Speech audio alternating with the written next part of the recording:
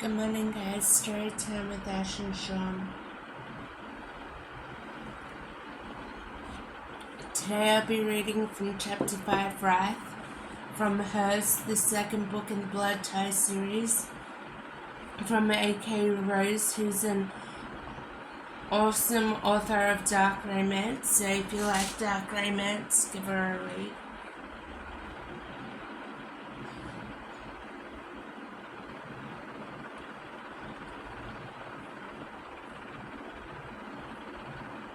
This way. I followed without a fight, desperation burning inside me. My body twitched with the pounding in my ears. I had no choice but to follow the priest as he led me to the double doors, then through. The lights dulled as I walked along the corridor. Shadows grew in the corners and spilled across my feet.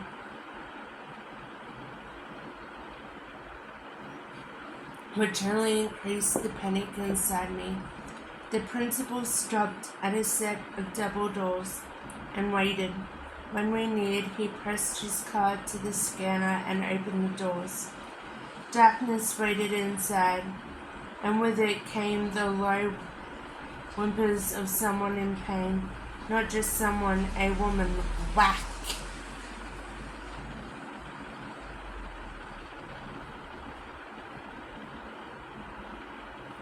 I flinched at the sound and jerked my gaze to him. The devil, with the ice blue eyes as he stepped inside, leaving the guard to drive me forward. The guard shoved me into the barely lit room, leaving me to stumble. But I didn't fall, not with his brusque grip around my arm. No, he just manhandled me, driving me deeper into the darkness.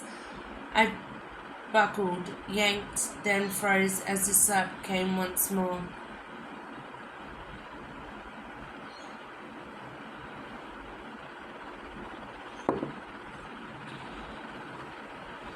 The moan that followed from the darkness chilled me to the bone. The principal's footsteps dropped before the whoosh of something came. Those murky lights grew a little brighter behind what was a heavy black curtain, and in the sultry glow, I caught the panicked gaze staring back at me. Sorry guys, I have trouble reading sometimes. So, bear with me, I'm at least giving it a go. My heart punched into the back of my throat as I was shoved forward again. There were at least 20 of them, all dressed in the same horrendous gown, only different colors, white, black, and red.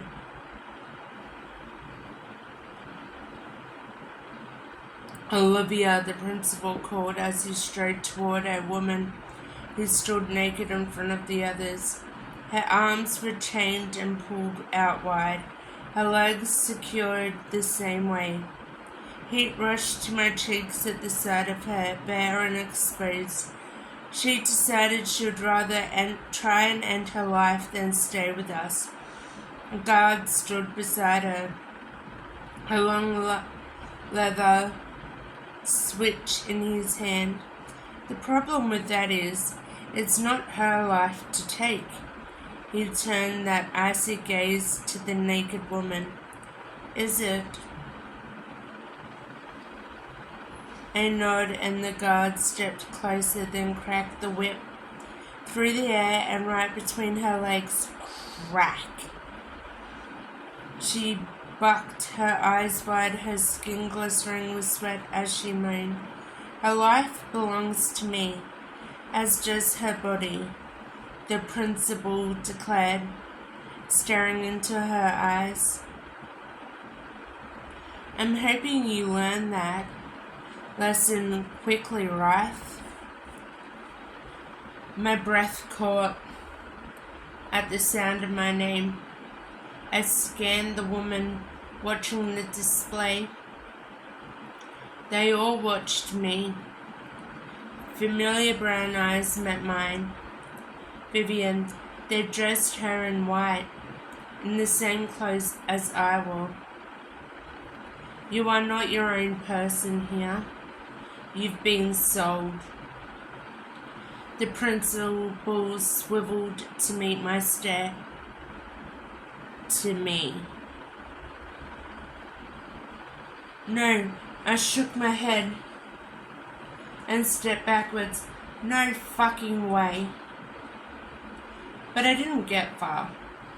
The white-haired guard held me in place, those Arctic blue eyes fixed on mine. Sold.